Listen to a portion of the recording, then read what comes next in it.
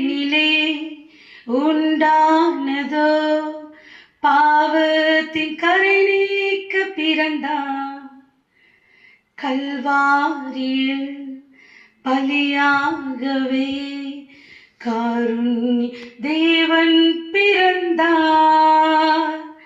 ஏதேனிலே உண்டானதோ பாவத்தின் கரை நீக்க பிறந்தார்.